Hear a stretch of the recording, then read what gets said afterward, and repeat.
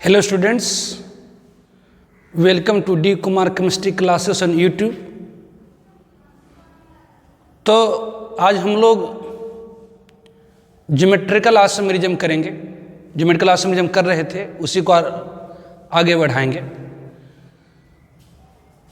तो हम लोगों ने शुरू किया था ज्योमेट्रिकल आइसोमर्स। ज्योमेट्रिकल आइसोमर्स क्या है? Compounds having same molecular formula, same structural formula but different relative arrangement of atom or group in space. The different relative arrangement of atom or group in space arise due to restricted rotation are called geometrical isomers. यह simple word में हम लोग कहते हैं कि geometrical isomers क्या है, तो stereoisomers which arise due to restricted rotation. Stereoisomers which arise due to restricted rotation is called geometrical isomers. इसमें मैंने आपको बताया था रिस्ट्रिक्ट रोटेशन क्या होती है। तो सिंगल कोवेलेंट बॉन्ड के बाद रोटेशन फ्री होता, डबल बॉन्ड या ट्रिपल बॉन्ड या रिंग अगर दो एटम के बीच में बन जाए तो वहाँ रोटेशन रिस्ट्रिक्टेड होती है। तो condition to show geometrical isomerism क्या था? तो वैसे मॉलिक्यूल जिसमें रिस्ट्रिक्टेड रोटेशन हो और रिस्ट्रिक्टेड एटम के पास डिफरेंट सब्स्टिट्यूएंट्स हो, वह शो करता है ज्योमेट्रिकल आइसोमेरिज्म। तो कहाँ पर ज्योमेट्रिकल आइसोमेरिज्म होती है? तो आपको मैंने बताया था अल्कीन में अगर रिस्ट्रिक्टेड एटम के पास डिफरेंट सब्स्टिट्यूएंट हो, साइक्लो अल्केन में, ऑक्जाइम में, ये जो कंपाउंड में। फिर आपको मैंने बताया था नोमेनक्लेचर ऑफ ज्योमेट्रिकल आइसोमर्स। तो नोमेनक्लेचर ऑफ ज्योमेट्रिकल आइसोमर्स में first nomenclature of geometrical isomers of alkyne and cyclo alkane. तो अल्कीन और साइक्लो अल्केन का जो नोमेनक्लेचर होता है दो टाइप से होते हैं। First one cis trans nomenclature और दूसरा ईजेड नोमेनक्लेचर। तो सिस ट्रांस नोमेनक्लेचर क्या है? तो एक ज्योमेट्रिकल सेंटर पर, ज्योमेट्रिकल सेंटर मतलब जहां पर ज्योमेट्रिकल आइसोमेरिज्म होती है, एक ज्योमेट्रिकल सेंटर पर दो different types of relative arrangement of atom और ग्रुप इन स्पेस होती है। एक ज्योमेट्रिकल सेंटर पर रिस्ट्रिक्टेड एटम से जो सब्स्टिट्यूएंट अटैच्ड है उसे अगर हम 3 डायमेंशनल अरेंज करें तो दो टाइप की अरेंजमेंट पॉसिबल होती है। एक ऐसी अरेंजमेंट जिसमें सेम सब्स्टिट्यूएंट सेम साइड में होता है, उस ज्योमेट्रिकल आइसोमर्स को कहते हैं सिस फॉर्म। अगर अपोजिट साइड में होता है तो उसे हम कहते हैं ट्रांसफॉर्म। इस पर डिफरेंट एग्जाम्पल्स बताए थे और उसमें अपन ज्योमेट्रिकल आइसोमर्स निकालने के लिए बता रहे थे। तो उसमें एक एग्जाम्पल आपको मैंने दिया था कि find number of geometrical isomers of following molecule. जैसे ये दोनों मॉलिक्यूल है, इसके हमें ज्योमेट्रिकल आइसोमर्स लिखने हैं। तो कैसे निकालेंगे? तो सॉल्यूशन। तो कैसे निकालेंगे सॉल्यूशन? तो फर्स्ट वन ये आपका है CH3, ये CH, ये डबल बॉन्ड, ये CH, ये CH, ये डबल बॉन्ड, ये CH और ये C6H5 दिस। ये अब यहां देखिए दो एटम के बीच में डबल बॉन्ड है तो रोटेशन रिस्ट्रिक्टेड है। यहां भी दो एटम के बीच में डबल बॉन्ड है तो रोटेशन रिस्ट्रिक्टेड है। तो यहां पर रिस्ट्रिक्शन इन रोटेशन है और रिस्ट्रिक्टेड एटम के पास डिफरेंट सब्स्टिट्यूएंट है। इस कारण पर ध्यान, इस कार्बन के बीच में डबल बॉन्ड है तो रिस्ट्रिक्ट रोटेशन है। इस कार्बन पर एक मिथाइल, एक हाइड्रोजन, डिफरेंट सब्स्टिट्यूएंट, इस कार्बन के पास हाइड्रोजन और ये। तो ऑब्वियसली यहाँ पर रिस्ट्रिक्टेड रोटेशन और रिस्ट्रिक्टेड एटम के पास डिफरेंट सब्स्टिट्यूएंट है तो यहाँ ज्योमेट्रिकल आइसोमर्स होंगी। तो एक होगा, तो एक ज्योमेट्रिकल सेंटर पर दो different types of relative arrangement atom और ग्रुप की स्पेस में होती है। एक ऐसी अरेंजमेंट जिसमें सेम सब्स्टिट्यूएंट सेम साइड में होगा तो सिस, और यहाँ पर सेम सब्स्टिट्यूएंट जैसे हाइड्रोजन सेम साइड में होगा तो सिस, हाइड्रोजन अपोजिट साइड में होगा तो वो ट्रांस। तो यहाँ पर क्या होंगी? तो दो टाइप की geometrical isomer, that is cis trans. उस तरह से यहाँ पर आइए, यहाँ रिस्ट्रिक्टेड रोटेशन है, रिस्ट्रिक्टेड एटम के पास डिफरेंट सब्स्टिट्यूएंट है। यदि हाइड्रोजन सेम साइड में होगी तो वो कहलाएंगी सिस, और हाइड्रोजन अगर अपोजिट साइड में होगी तो कहलाएगी ट्रांस। तो ये भी एक ज्योमेट्रिकल सेंटर, ये भी एक ज्योमेट्रिकल सेंटर है। यहाँ पर दो different types of relative arrangement होगी, दैट इज सिस ट्रांस, यहाँ सिस ट्रांस। तो ओवरऑल मॉलिक्यूल में अगर हम डिफरेंट टाइप्स ऑफ अरेंजमेंट देखें तो कितनी होगी? तो पॉसिबल, तो यहाँ पर अगर आपसे पूछा जाए पॉसिबल 3D अरेंजमेंट, तो ऑब्वियसली इसमें पॉसिबल 3D अरेंजमेंट कितनी हो गई? तो पॉसिबल 3D अरेंजमेंट कितनी हो गई? तो ऑब्वियसली कहेंगे जी यहाँ पर अगर हम सिस रखें, मतलब यहाँ पर दोनों हार्डवेयर सेम साइड में रखें, यहाँ भी दोनों हार्डवेयर सेम साइड में रखें, मतलब इस ज्योमेट्रिकल सेंटर पर अगर हम सिस फॉर्म रखें तो यहाँ भी सिस रखें, तो एक सिस हो जाएगी अरेंजमेंट। दूसरा अरेंजमेंट क्या हो सकता है? तो यहाँ पर दोनों हार्डवेयर को सेम साइड में रखें तो ये सिस फॉर्म, लेकिन यहाँ पर दोनों हार्डवेयर को अपोजिट साइड में रखें मतलब ये ट्रांसपोर्ट, अलग अरेंजमेंट होगी। उसी तरह से तीसरी क्या हो सकती है? तो कह सकते हैं यहाँ पर दोनों हार्डवेयर को अपोजिट साइड में रखें तो वो ट्रांसफॉर्म, और यहाँ पर दोनों हार्डवेयर को सेम साइड में रखें तो सिस फॉर्म। फोर्थ कौन सी डिफरेंट अरेंजमेंट हो सकती है? तो यहाँ पर दोनों हार्डवेयर को अपोजिट साइड में रखें, यहाँ भी दोनों हार्डवेयर को अपोजिट साइड में रखें मतलब ट्रांसफॉर्म। तो यहाँ पर सिस के साथ सिस रखे, सिस के साथ ट्रांस रखे, उसी तरह से ट्रांस के साथ सिस रखे, ट्रांस के साथ ट्रांस। तो ये 4 different types of relative arrangement हो सकती हैं।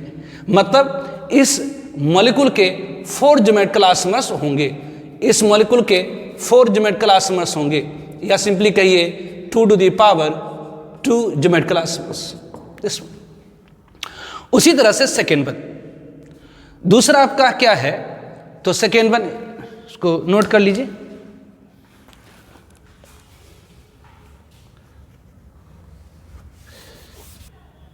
नाउ अब दिस वन,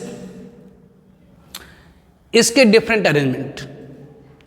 तो यहां पर ज्योमेट्रिकल सेंटर आप देख रहे हैं, कार्बन कार्बन के बीच में डबल बॉन्ड है, कार्बन कार्बन के बीच में क्या है? तो डबल बॉन्ड है।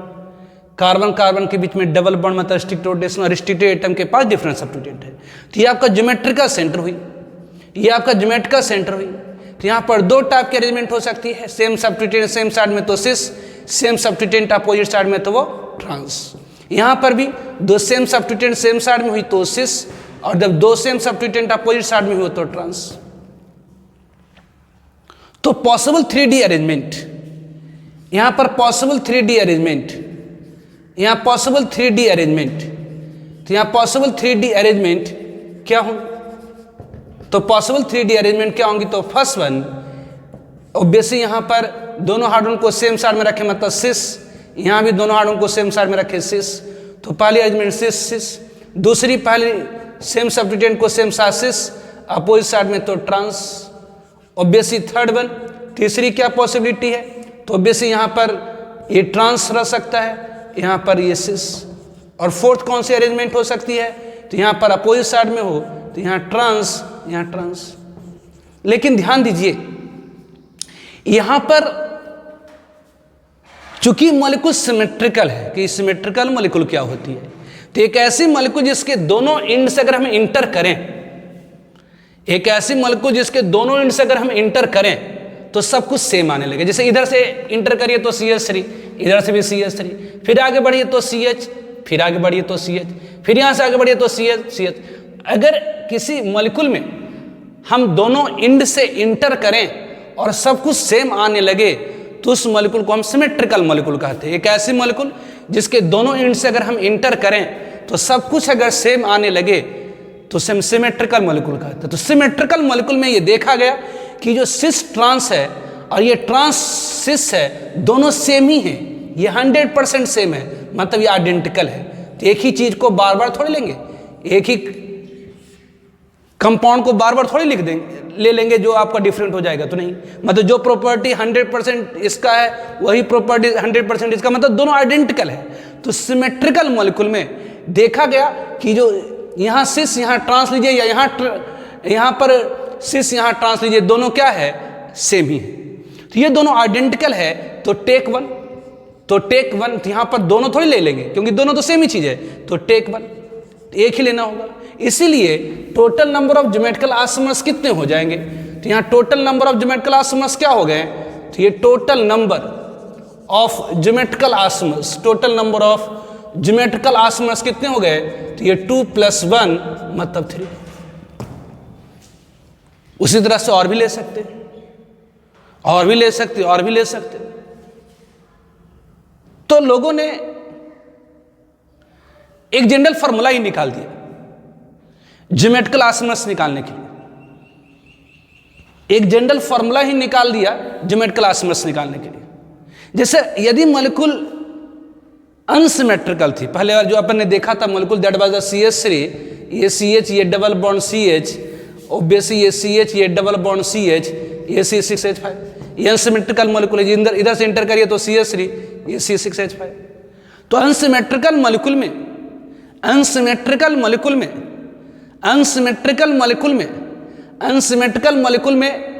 मॉलिक्यूल मतलब ऐसी मॉलिक्यूल जिसके दोनों एंड से अगर इंटर करें तो सब कुछ सेम नहीं आए, that is called unsymmetrical molecule. तो अनसिमेट्रिकल मॉलिक्यूल में अगर ज्योमेट्रिकल सेंटर की संख्या 2 थी तो ज्योमेट्रिकल क्लास नंबर 4 आया, 4 मतलब 2^2।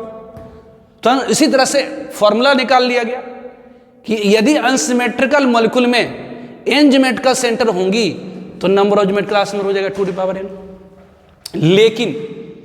लेकिन यदि मॉलिक्यूल सिमेट्रिकल हो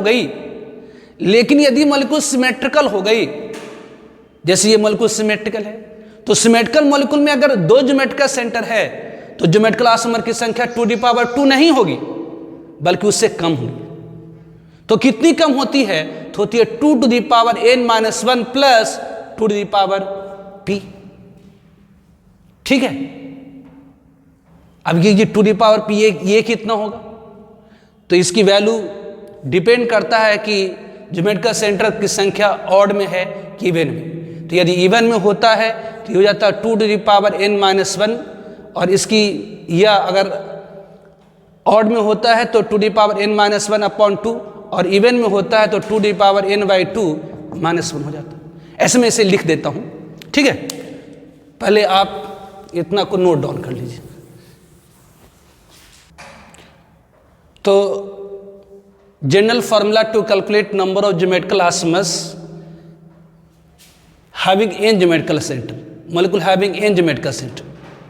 तो general formula to calculate number of geometrical isomers in a molecule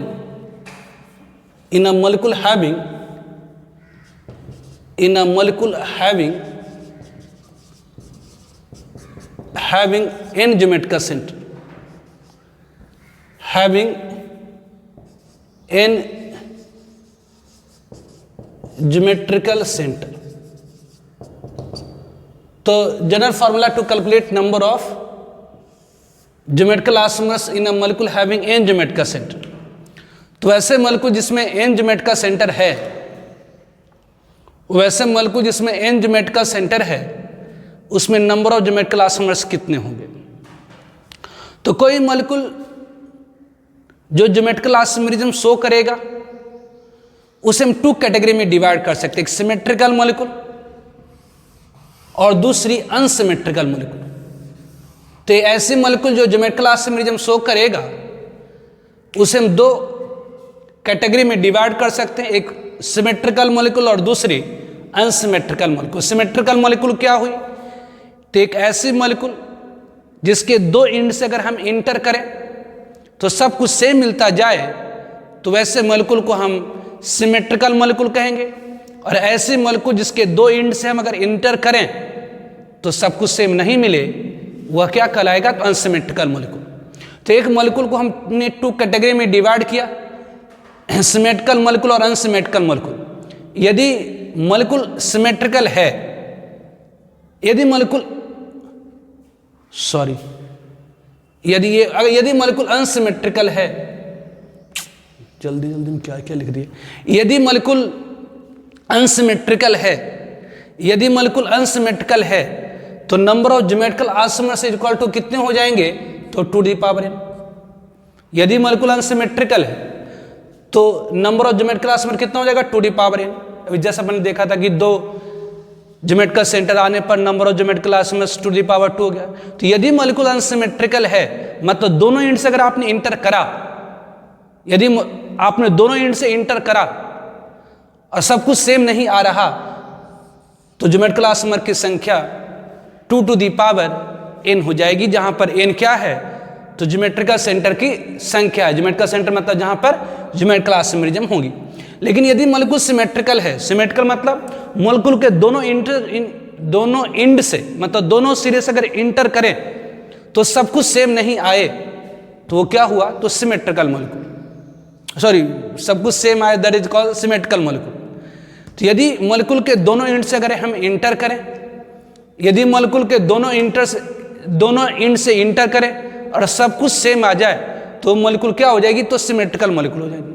तो सिमेट्रिकल मॉलिक्यूल में ज्योमेट्रिकल आइसोमर की संख्या घट जाती है। कि कितना घट जाता, तो 2n नहीं होंगी बल्कि 2n-1 प्लस, उसी तरह से 2n-1 प्लस, यदि n इवन है तो 2n/2-1 इवन है ना, तो इवन नंबर ये कट जाएगा इससे। और यदि ज्योमेट्रिकल सेंटर की संख्या ऑड है तो 2n नहीं होंगी बल्कि घट जाएंगी। कितना, तो 2n-1 प्लस 2n-1/2। अब देखिए ऑड है तो ऑड में से एक घटा दीजिए तो 2 से कैंसिल हो जाएगा, 2 से कट जाएगा। तो सिंपल हम लोग याद कैसे रखते हैं कि यदि किसी मॉलिक्यूल में ज्योमेट्रिकल सेंटर की संख्या n है तो ऐसे होना चाहिए 2n। यदि मॉलिक्यूल में ज्योमेट्रिकल सेंटर की संख्या अगर n है तो ज्योमेट्रिकल आइसोमर की संख्या 2n होना चाहिए। यदि ज्योमेट्रिकल सेंटर की संख्या n है तो ज्योमेट्रिकल आइसोमर की संख्या 2n है। तो ये 2n तभी हो पाएंगी जब मॉलिक्यूल अनसिमेट्रिकल है। लेकिन यदि मॉलिक्यूल सिमेट्रिकल हो गई तो 2n नहीं होंगी बल्कि उससे कम जाएगा। तो कितना होगा, तो 2n-1 प्लस,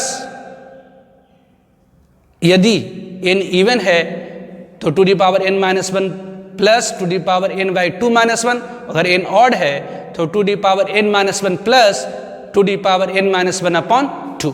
तो दिस वन, तो सिंपल हम लोग यही याद रखते हैं कि अनसिमेट्रिकल में कितना होता है, तो 2n होता है।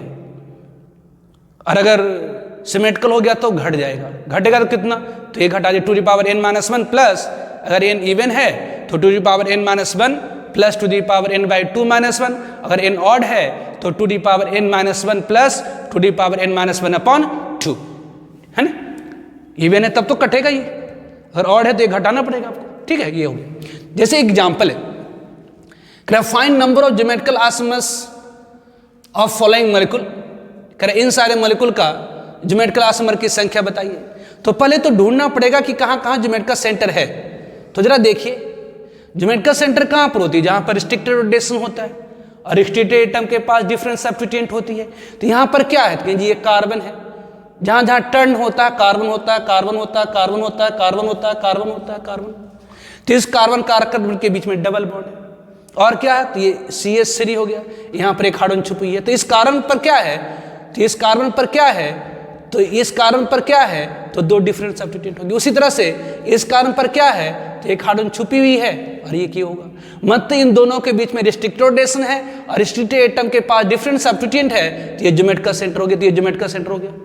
उसी तरह से यहाँ भी आप पहचान लीजिए, ये आपका क्या है, तो यहाँ पर एक टर्न है तो कार्बन है, एक हाइड्रोजन छुपी हुई है, एक ग्रुप है। यहाँ पर कार्बन है, एक हाइड्रोजन छुपी हुई है, ये है, मतलब रिस्ट्रिक्टेड रोटेशन, इसके पास डिफरेंट सब्स्टिट्यूएंट, तो ये ज्योमेट्रिकल सेंटर हुई। अब देखिए मॉलिक्यूल सिमेट्रिकल है कि अनसिमेट्रिकल है, कहीं जी इधर से इंटर करेंगे तो CH3, इधर से इंटर करेंगे तो CH3, फिर आप आगे बढ़ेंगे तो इधर आपका क्या हो गया, तो CH2, जबकि यहाँ पर CH, मतलब ये मॉलिक्यूल क्या है, अनसिमेट्रिकल है। तो इसमें ज्योमेट्रिकल आइसोमर की संख्या कितनी हो जाएंगी, तो 2n, मतलब n की संख्या कितना, तो एक ये ज्योमेट्रिकल सेंटर, एक ये तो 2, तो ये 4 हो गई। उस तरह से यहाँ पर आइए, अब ये आपका क्या है, तो ज्योमेट्रिकल सेंटर जैसे आपने देख लिया, ये भी क्या, तो ज्योमेट्रिकल सेंटर है। अब ये ज्योमेट्रिकल सेंटर है कि नहीं, तो कहीं नहीं, कि क्यों, तो यहाँ पर ये कार्बन है, ये आपका कार्बन है, ये आपका क्या, तो यहाँ कार्बन है। तो इस कार्बन की 2 बॉन्ड तो दिख रही है, इस कार्बन की 2 बॉन्ड तो दिख रही है, 2 नहीं दिख रही, मतलब यहाँ पर 2 हाइड्रोजन क्या है, तो छुपी हुई है। तो इस कार्बन की 2 बॉन्ड दिख रही है, 2 नहीं दिख रही, मतलब यहाँ पर 2 हाइड्रोजन छुपी हुई है। मतलब यहाँ पर रिस्ट्रिक्टेड रोटेशन है, रिस्ट्रिक्टेड एटम के पास सेम सब्स्टिट्यूएंट हो गई। तो आपने पढ़ा है कि रिस्ट्रिक्टेड रोटेशन ही नहीं बल्कि रिस्ट्रिक्टेड एटम के पास क्या होना चाहिए, तो डिफरेंट सब्स्टिट्यूएंट होना चाहिए, जबकि यहाँ पर ये सेम हो गया, मतलब ये ज्योमेट्रिकल सेंटर नहीं हुई। तो यहाँ पर ज्योमेट्रिकल आइसोमर्स की संख्या कितनी हो गई, तो ये एक ज्योमेट्रिकल सेंटर, ये एक ज्योमेट्रिकल सेंटर, मतलब 2n, मतलब ये 4 हो गए दिस वन। ठीक है, अब यहाँ पर सॉरी क्या यार, मेरा दिमाग, ये ज्योमेट्रिकल आइसोमर। अब देखिए, अब यहां पर हमें क्या सर्च करना है कि मॉलिक्यूल सिमेट्रिकल है कि अनसिमेट्रिकल है। तो दोनों एंड से इंटर करिए, इधर से इंटर करिएगा तो क्या होगा, तो CH3, इधर से इंटर करिएगा तो क्या, तो CH2। तो ये मॉलिक्यूल क्या है, अनसिमेट्रिकल है। तो अनसिमेट्रिकल में ज्योमेट्रिकल आइसोमर की संख्या कितना, तो 2 टू द पावर कितना, तो n मतलब 2, मतलब ये 4 हो गई। अब यहाँ पर आइए, अब ये इसमें कितने ज्योमेट्रिकल आइसोमर्स होंगे, तो जरा देखिए यहाँ पर कार्बन है, ये कार्बन है, ये कार्बन है, ये कार्बन है, ये कार्बन है, ये कार्बन है, ये कार्बन है, ये कार्बन है। यहां पर कार्बन के 2 बॉन्ड दिख रही है, 2 नहीं दिख रहे, मतलब यहां पर 2 क्या होंगी, तो हाइड्रोजन होंगी। ठीक है, अब इस कार्बन के पास क्या है, एक हाइड्रोजन छुपा हुआ, अरे की है, तो यहां रिस्ट्रिक्टेड रोटेशन है, लेकिन रिस्ट्रिक्टेड एटम के पास क्या हो गया, तो सेम सब्स्टिट्यूएंट, मतलब ज्योमेट्रिकल सेंटर नहीं, ये ज्योमेट्रिकल सेंटर होगी, यहां पर आपको जैसे बताया था मैंने, सॉरी ये ज्योमेट्रिकल सेंटर होंगी, ये भी क्या होगी, तो ज्योमेट्रिकल सेंटर होंगी, और ये भी क्या होंगी, तो ज्योमेट्रिकल सेंटर होंगी। क्यों, क्योंकि इस कार्बन के पास एक क्लोरीन है, एक हाइड्रोजन है, इस कार्बन के पास एक हाइड्रोजन है, एक ही है। तो अब चेक करिए कि मॉलिक्यूल सिमेट्रिकल है कि अनसिमेट्रिकल है, क्योंकि इधर से इंटर करे तो क्लोरीन, इधर से इंटर करे तो CH2, मतलब मॉलिक्यूल क्या है, अनसिमेट्रिकल है। इसका मतलब ज्योमेट्रिकल आइसोमर की संख्या number of 2 to the power n की संख्या, मतलब ज्योमेट्रिकल आइसोमर की संख्या 3, ये हो गया। ठीक है, नोट डाउन कर लीजिए इसको। नाउ इसमें बताइए नंबर ऑफ ज्योमेट्रिकल आइसोमर्स। तो ज्योमेट्रिकल आइसोमर्स की संख्या अगर निकालना है तो ज्योमेट्रिकल सेंटर की संख्या पता होना चाहिए।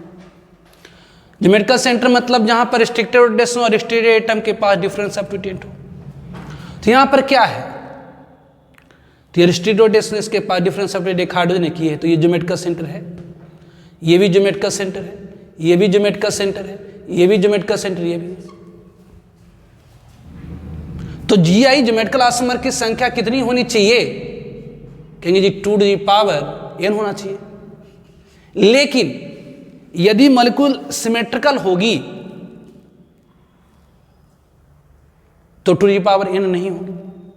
तो चेक करना होगा कि मॉलिक्यूल सिमेट्रिकल है कि अनसिमेट्रिकल।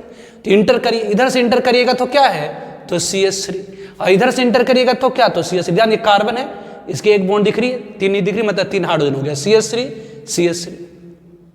इधर उससे नहीं आ गया। फिर आगे बढ़ेगा तो यहाँ CH, फिर आगे बढ़ेगा तो CH, फिर आगे बढ़ेगा तो CH, फिर आगे बढ़ेगा तो CH, फिर आगे बढ़ेगा तो CH, फिर आगे बढ़ेगा तो CH, फिर इधर बढ़ेगा तो CH, दोनों एंड से इंटर कर रहे हैं। तो जैसे यहाँ CH3 मिला, इधर CH3, आगे बढ़े तो CH मिला, यहाँ भी CH, फिर आगे बढ़ेगा तो CH, फिर आगे बढ़ेगा CH, फिर आगे बढ़ेगा तो CH, फिर आगे बढ़ेगा तो CH, मतलब बिल्कुल सेम है। मतलब यहाँ 2 टू द पावर n नहीं होगी, बल्कि क्या होगी, तो 2 to the power n-1 plus, अब देखिए n इवन है कि ऑड है, 1 2 3 4 5 ऑड है, तो ऑड है तो क्या हो जाएगा, तो 2 टू द पावर, ऑड को डिवाइड करने के लिए 2 से क्या करना होगा, तो 1 को घटा दीजिए दिस में, तो यहाँ पुट करिए 2 to the power 5-1 plus 2 to the power 5-1/2। तो ये कितनी हो गई, तो हो गया 4 2 2 4 8 16 प्लस ये हो गया 5 में से गया 2 4 2 बार हो जाए 4, तो ये 20। तो इसमें ज्योमेट्रिकल आइसोमर की संख्या 20 हो जाएगी। अब यहाँ पर आइए, यहाँ तो रिस्ट्रिक्टेड है नहीं। अब देखिए यहाँ पर इन दोनों कार्बन को पकड़ के घुमाइएगा तो घूमेगा नहीं, तो ये क्या हुआ, तो ये ज्योमेट्रिकल सेंटर है। ये क्या है, तो ये ज्योमेट्रिकल सेंटर है। क्यों, क्योंकि इन दोनों कार्बन को पकड़ करके घुमाएंगे तो घूमेगा नहीं, तो ये रिस्ट्रिक्टेड रिएक्शन हुई, और इसके पास क्या है, तो डिफरेंट सब्स्टिट्यूएंट है, एक हाइड्रोजन है, एक इथाइल है, यहाँ पर एक हाइड्रोजन है और एक ये है, तो ये आपका क्या हो गया, तो ये ज्योमेट्रिकल सेंटर हो गया जी सी, ये आपका क्या हो गया, तो ज्योमेट्रिकल सेंटर हो गया। तो कहेंगे जी यहाँ भी तो रिस्ट्रिक्टेड रोटेशन है, यस रिस्ट्रिक्टेड रोटेशन है, और यहाँ पर भी डिफरेंट सब्स्टिट्यूएंट, एक हाइड्रोजन हो गई, एक हाइड्रोजन हो गई, ये हाइड्रोजन है, एक इधर अलग ग्रुप हाइड्रोजन, लेकिन ये ज्योमेट्रिकल सेंटर नहीं होगी। क्यों, क्योंकि आपको मैंने बताया था कि up to 7 carbon ring, 7 carbon के रिंग तक ट्रांसफॉर्म पॉसिबल नहीं हो पाता है। ऑब्वियसली अगर रिंग में 7 कार्बन है और 7 कार्बन तक है, मतलब रिंग में 3 हो 4 हो 5 कार्बन हो 6 कार्बन हो 7 कार्बन तक, ऑब्वियसली ट्रांसफॉर्म पॉसिबल नहीं हो पाता। तो रिंग में यहाँ पर 5 कार्बन है और डबल बॉन्ड है, इस कारण से ये ज्योमेट्रिकल आइसोमरिज्म नहीं शो करेगा, it is not geometrical centre, ये ज्योमेट्रिकल सेंटर नहीं हुई। रिंग में यदि कार्बन कार्बन डबल बॉन्ड है तो ज्योमेट्रिकल सेंटर तभी होगा जब वहां पर कार्बन एटम की संख्या, मतलब रिंग में कार्बन एटम की संख्या 8 या उससे ज्यादा हो। 7 या उससे कम होगा तो ज्योमेट्रिकल सेंटर नहीं होगी। तो यहां पर डबल बॉन्ड है, यहां पर डबल बॉन्ड है, यहां पर डबल बॉन्ड है, मतलब रिस्ट्रिक्टेड रोटेशन है, और इसके पास डिफरेंट सब्स्टिट्यूएंट है, तब भी ये ज्योमेट्रिकल सेंटर नहीं है, क्योंकि इस रिंग में कार्बन एटम की संख्या 5 है। तो रिंग में अगर कार्बन एटम की संख्या 7 या उससे कम होता है तो ट्रांसफॉर्म पॉसिबल नहीं हो पाती हैं, मतलब यहां पर ज्योमेट्रिकल आइसोमेरिज्म नहीं होगी। इसका सिर्फ हो सकता है एक ही form, that is cis form, मतलब इसका ट्रांसफॉर्म पॉसिबल नहीं है, मतलब ये ज्योमेट्रिकल सेंटर नहीं हुआ।